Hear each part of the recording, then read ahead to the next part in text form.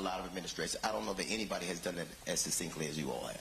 And because we need to just call it what it is, right, and then deal with it. And so how we're dealing with it is, one, to tell the truth about it, because there are countless stories of a black family doing just that, actually, of then talking with a friend who is white and asking them to put in their family pictures and to bring the appraiser in, and a substantial difference around how the home is appraised. So we just need to deal with it, knowing that, for example, one of the problems here is that a very small minority of home appraisers are people of color. And because this is about people of color to black people and other people of color. And so we need to deal with it on that level. The other piece of it is that we are now requiring that home appraisers be trained on racial bias. And we have set up basically a report line to let people know there is somewhere to go with this information. Because too often, right, people who are the focus of unfairness know it's unfair, right? You don't need to be taught that it's unfair. But sometimes just feel like there's nowhere to go with this. I'm just going to have to accept it. And this is unacceptable. And so we have set up a system to make it so that there is somewhere to go with this information. We were speaking about expansion of wealth and those opportunities and home ownership, but a big impediment to that also is debt. Huge issue. And I think it's something I hear on my radio show all the time, crushing debt. Student loans are a big part of that. That's right. Thank God I have a GED, so that didn't cost a lot. So while y'all were studying, I was keeping all my money. But it is such a crushing thing to start out with a debt that it's going to be hard to pay. Even the interest on that debt is going to be almost impossible. What have you done to kind of deal with that reality for so many people of color? That's right. So let's start with one of, there are two areas in particular where we're dealing with in terms of the burden of debt, which so many people carry. Such a burden. So one is medical debt. So a lot of people experience medical debt usually born out of a medical emergency. And so it's something you obviously then don't plan for. It is something that happens. And then people have these hospital bills, these doctor's bills, that can be in the tens, hundreds of thousands of dollars for an unexpected emergency. So we have decided that, well, look, it's not like that medical emergency happened because you're financially irresponsible. That's a healthcare matter. Right.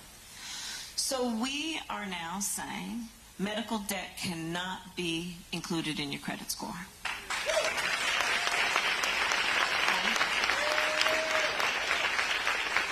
Because after all, your credit, well, first of all, everybody these days knows their credit score like you know how much you weigh, right?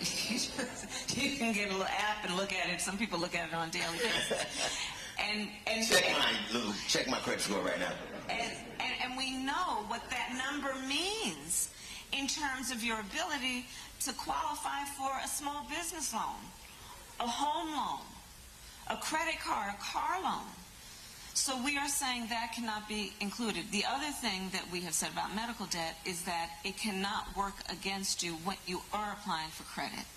And again, it's just what's morally right from our perspective, which is people shouldn't be debilitated around having access to economic opportunity because they experienced a medical emergency or something of that nature. Which is why I'm here. Because I remember growing up, my mother would go to the hospital a lot. Yeah. And the debt was so bad, she put everything in our name. Like I had an electric bill when I was 3. But I'm not even trying to, these are the things that they had to do to kind of navigate this space. I know. And to hear someone actually address the concerns that you know are real and that through no fault of your own exist. And I just think when you talk about the medical space, you said something that made me, in addition to all the things I've thought that you've done, when you talk about the disparity of treatment of women of color. Yes. My daughter she had my second grandchild. She was, we were ecstatic, and then she got diagnosed with breast cancer. And had she not, and women in certain regions of this country, their health outcomes are just disparate depending on what area of the country they live in, what kind of access they have to. That's right. And the fact that because she's married to a doctor, and we were, fortunate to be able to get her what she needed, it is working out for us. But I know so many people in her journey that I heard about that didn't. And the fact that you addressed that and have done, you and your administration have taken steps to make sure that not only is heard but addressed. That's something I've heard you talk about a lot, too. Well, and you're right. I mean, we could have a long conversation this afternoon about health disparities and the intersection between that and racial disparities. I mean, maternal mortality is something I've been working on for years. Black women are 3 times more likely to be diagnosed, to actually die in connection with pregnancy. Native women, twice as likely. Rural women, 1.5 times more likely. And when you look into the reasons, yes, it is about availability of affordable care. It is also about racial bias. Sure. And so that is something I've been working on for years. In fact, most recently, I'll tell you, I know it's not on the Economic Opportunity Tour, but I'm going to connect it. When I became vice president, as a continuation of this work, I took a look at which states had extended coverage for women on Medicaid for postpartum care from 2 months to 12 months. So I took a look at this. So women on Medicaid, only 3 states had extended it to 12 months. So I'm not above shaming folks. So I issued a challenge to the states, extend coverage for women on Medicaid to 12 months, and as of today, 46 states have done it. And these connections are very real in terms of economic health and well-being and issues like access to affordable health care.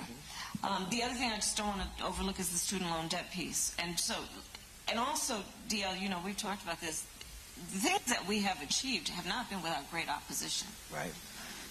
Right? So student loan debt, you all may remember, we actually had a much more ambitious plan, but there were forces working against that. Sure. So then the president said, well, I'm going to go and do it on my own to the extent I can without Congress or without the courts supporting this. And so we have now forgiven over $150 billion of student loan debt for over 4 million Americans. And one of the pieces that is particularly important for me, because my first grade teacher, Mrs. Frances Wilson, God rest her soul, attended my law school graduation, and I love our teachers. We made, as part of the student loan forgiveness plan, that public servants, so nurses, firefighters, teachers, would get double the amount of debt forgiveness, because God knows we don't pay them enough as it is, and they have dedicated their lives to service. And again, it's what's smart, but it's also just what's right. It's fair. It's just fair. I think you're absolutely right, and I think that it is a shame that we live in a society that separates people like that, where women aren't making with it. I want women to get all the money that they deserve, and then give us our change back. That's what I want. I want that to start. So you could do that too. Let me just say, I have talked to DL's wife, and she is so strong and funny and smart, and I'm just gonna say that you are lucky that you are married to her. Did she call you or something? I am here specifically because I remember when we had a conversation at the dinner we had, and it was not always, it got contentious, and I had to apologize to you because I had let a media narrative co-opt my perspective, and I think that tends to happen with women and people of color. I think that we oftentimes hear this call, this sirens call that is so it's so mesmerizing that sometimes you believe it. And I had to apologize to you because you were a prosecutor. I grew up in California. I love that state, and what I saw happen to it, I equated it with elected officials, and I lumped you in with it. But some of the things that I have subsequently come to learn about you not only make me proud of you, but make me be an advocate for you. I'm proud of the things you've done. I'm proud of what you're trying to do for this country, this administration is trying to do for this country. And I can say in front of them, I'm sorry that I ever let somebody tell me what I should have known from the beginning. And I'll use my voice Not as I'm not a paid, but I'm not.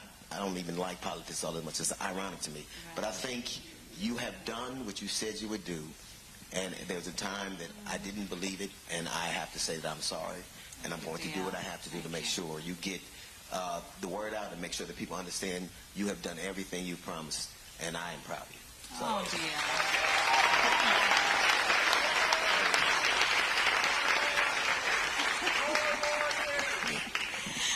wait till everybody else jumps in, all right? Come on, man. No rhythm. So, one of the other things, first of all, thank you, dear. You're very Thank you. That means so much more than I can say. I do want to mention one of the many other things we're doing that, again, to your point, is about acknowledging the disparities. Federal contracts. So for how many small business owners do we have here today? Okay, right. So a lot of federal contracts go to small businesses. But what we know is often who even has the information about how to apply for a federal contract is a matter of who you know. Not necessarily the skill of your work, how well you do your work. Certainly, it has nothing to do with anything other than often just a lack of information and access to those relationships.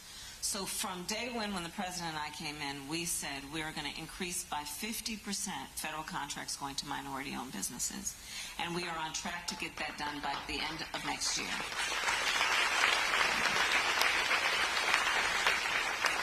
And I mention that to say that the work that we have been doing is about creating incentives for folks to apply, but also holding the federal government to account for measuring how we are doing this work and being intentional about it. And I think that's so very important. And that's where, look, who's in the position of power matters. Because, one, if you don't even have any level of awareness or interest in these disparities, you're not going to get anything done on them. And then when you become aware, if you actually intend to get something done, you have to hold yourself and the system to account. And I will say that is part of the method of our approach to a lot of this work. Our work includes, for example, like let's have metrics. Let's say, for example, we know the history of black homeownership. We know the history of bias and laws that prevented equal access to that opportunity. We have now proposed that if you are the child of parents who, or you were raised in a family where the folks who raised you were not homeowners, when you want to go buy a home, you will be entitled to a $25,000 grant toward down payment for a home.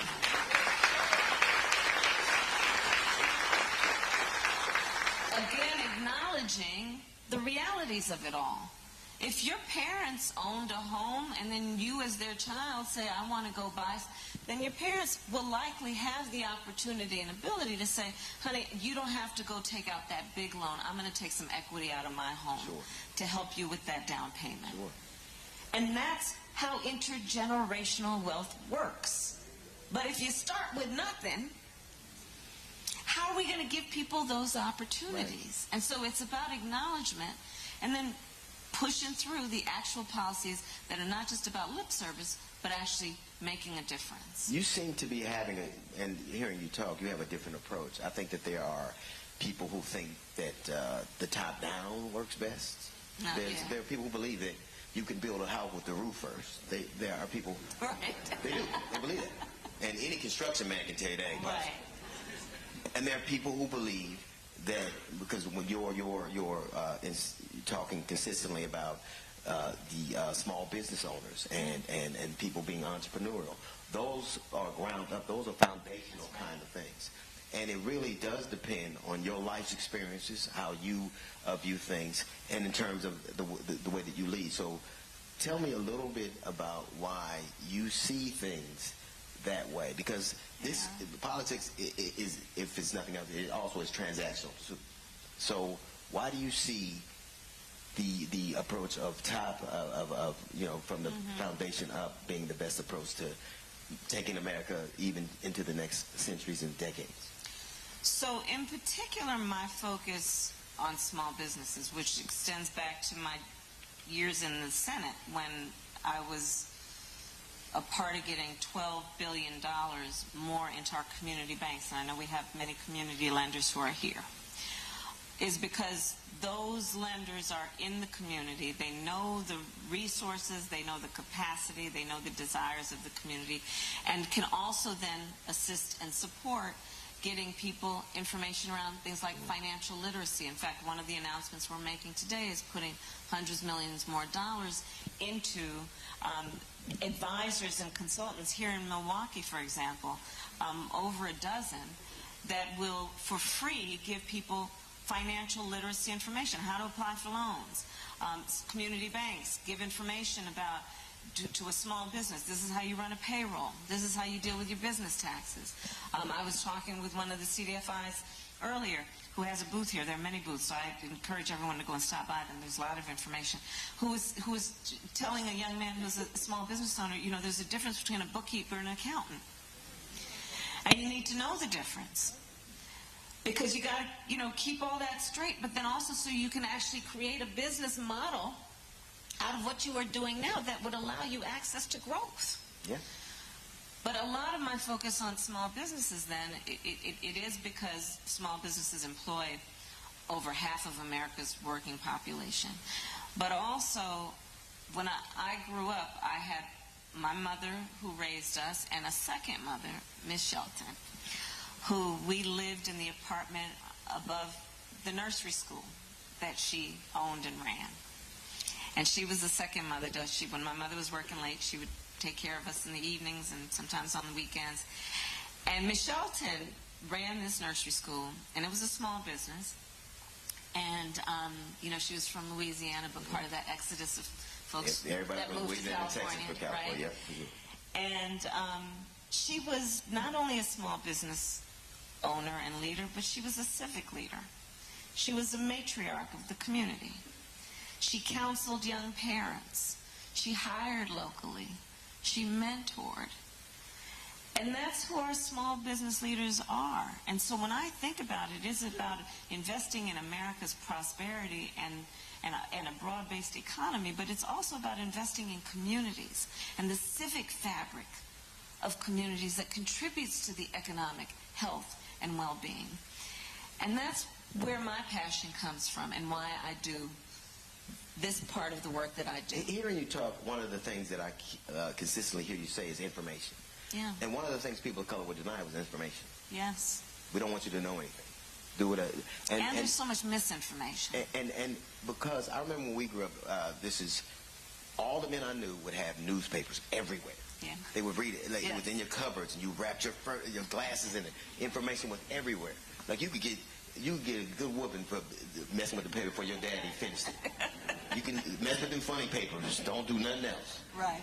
Information was important to us. Yeah, and I think that there are people who want to deny us access to information because of the power it unleashes. Some of these things have existed, but just even highlighting them in a way that makes it more accessible to people, that make it more reasonable, more attainable to people. And so having a conversation that not only talks about what you have done, but the pathway to showing people what is available to them just from accessing things. And I think that's an important approach. I know you have to go, but... Well, let me just add something to your point. We are all afternoon. We won't be, though. This is what is, frankly, facetious and wrong about the bootstrap theory. Yeah. Right? Just pick yourself up. If you want to do better, you would do better. It must be some sign of your character. Yep. And a flaw in your character that you're not doing as well as I am doing. Instead of understanding that not everyone has access to the information, but when they do have access, then there's no, as I said earlier, no lack of ambition, aspiration, good ideas, work ethic. There's no lack of any of that. Yeah. And that's why I'm doing this tour. And that's why I'm doing this tour, because We are now dropping trillions of dollars on the streets of America. Joe Biden and me and our administration, many of the leaders who you just met. And I want to make sure that everyone who needs to know how to be a part of this actually has the information to be able to then do the work. I'm proud. Like I remember when you were talking about the infrastructure, and you were talking about the Department of Transportation. Yeah. Well, like I remember Sugar Hill was in California. Yeah. They started the 10 freeway in a black neighborhood that had already pulled itself out That's of bootstrap. right. See, a lot of times they'll have a conversation with us after you've taken our boots, then you say we never had any. But the Department of Transportation built deliberately through neighborhoods of color. And the fact that you called it urban planning. They call it urban planning. Those freeways cutting through neighborhoods On purpose. all over the country. And if you know the history of that, and find an administration that is dealing with it and to the best they can, like whole neighborhoods. In Dallas, a neighborhood, the wealthiest neighborhood, was owned by a black man named Bob Jones. They took it with the Army Corps of Engineers and the city planners. So the fact that Renewal, they used to call it urban renewal. Yeah. The fact that through your administration and through the infrastructure bill that you guys passed, you are finding ways to it's certainly not reparations, but it is a level of restorative justice where you say, we did this, we're going to try to do this to undercut some of the damage we've done. That's important too. Well, we want to be intentional. But to your point, for example, it's something else that we've done. The rule has been for a very long time that previously incarcerated people cannot be eligible for small business administration loans. We have now gotten rid of that. So now, the fact that someone was previously incarcerated will not render them ineligible for a small business loan. Because here's the thing. We believe in second chances. I believe in redemption and the ability of all people to be able to come back, and we need to give them the ability and opportunity to do it. Here's another thing that's very important, and I ask all the leaders here to help us get this information out, which is why we have invited the leaders who are here. You are business leaders, you are opinion leaders. Please help us get the word out. That's part of why I am doing that and have asked you all to join us. So on the student loan debt, let's think about this. The inability to be able to pay tuition is why people take out loans, okay? So then logically that also tells us some people who can't afford tuition drop out because they can't afford tuition, but they still have debt. Our policy on student loan debt forgiveness includes people who never graduated being eligible for that forgiveness. Help us get the word out. Because a lot of people are assuming that they're only qualified for student debt forgiveness if they graduated. And again, we know statistically, whether it be small business loans or other things that are available to folks, you know, when you've experienced life in such a way that you've had countless disappointments, sometimes folks are reluctant then to put themselves out there to apply for something for fear they'll be denied or rejected. And that is part of what we see sometimes in terms of somebody not applying for an SBA loan, not applying for student debt forgiveness. And we want to remind people, if you don't apply, you certainly won't get it. And so again, I ask the leaders here to help us get the word out. You know, education is very, obviously, components of that are very important. But we talked a lot about student loan and student debt and tuition, even trade schools. Like that's right. AI is not going to be able to fix your house. It's not going to be able to be a carpenter. It's not going to be able to be a cobbler. I think that the way you all talk about your administration, have the verbiage you use in terms of finding a thing that you do, whether it's with your hand, your heart, being exposed to things and being able to learn a trade is just as important. Like college wasn't for me. Yeah. I have a GED for a reason. It didn't mean I wasn't bright or wasn't intrigued or right. didn't have passion. It just meant that there was a different pathway for me. Administrative, from your perspective, there are pathways that you're building so people, if they want to go to trade school, if they want to learn. IBW is represented here. They're doing an extraordinary job with their apprenticeship programs. I have visited many IBWs around the country. 4-year apprenticeship programs usually, where they actually pay the apprentice during those 4 years while they're learning, understanding that they're going to develop a high levels of skills, but need to be able to get by through the process of learning those skills. I agree. I don't care how rich you are. You're going to call a plumber one day. I don't care. Or a craftsman or one an day. electrician. Yeah. Or, right. And I think that's very important. I mean, I think that there has been a tendency for these things to play above people's heads to the degree that they feel like they're not involved in the conversation. That's I know right. a lot of young black men I talk to feel as if they're not involved in the conversation. That's right. And I think that that's something that one of the reasons you're doing this tour is to address the cynicism that they're not being involved. Because we know that people, a fulfilled community starts with fulfilled leaders. That's and right. if they feel like no one's talking to them, if they feel like nobody's addressing their concerns or their needs, that's right. That's going to be a problem. And everybody wants to be seen as a full human being, right? And that's part of, in summary, a lot of what this tour is highlighting is the various things that we are doing to acknowledge the various dimensions of who we are, but in the context of economic opportunity, be it debt, be it home ownership, be it access to loans, be it access to counseling and the services that help people know how to start a business and keep a business. There's a method to the madness, if you will, which is truly about seeing a whole human being and understanding that when we give people opportunities, this is the beauty of human nature.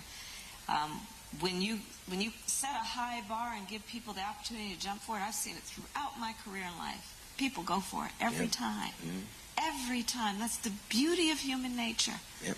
You give people the ability to know that they have the resources to actually grab that thing. The beauty of human nature, people go for it. In Maryland, it's one of the. Somebody once said that you give information with a spoon and not a hammer. Yeah, you know what I mean? That's right. It has to be digestible. You have to understand. That's right. And I think that things like this, being accessible, answering some of those Right. questions, addressing some of those concerns. Of course, you're going to do this a lot. But one, I'm glad to be here with you. I'm glad it's you warm. are, DL. And I'm glad you got some steak last night. I'm going to get some today, too. And it's weed legal. I'm just playing. Listen, I mean, here. I mean, you said steak. Let's,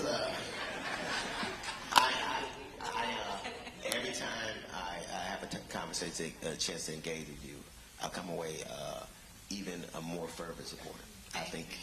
I think what you're doing is only a tip of the iceberg in terms of what you're going to be able to accomplish. So thank you for allowing me to be here. Madam Vice President of the United States of America.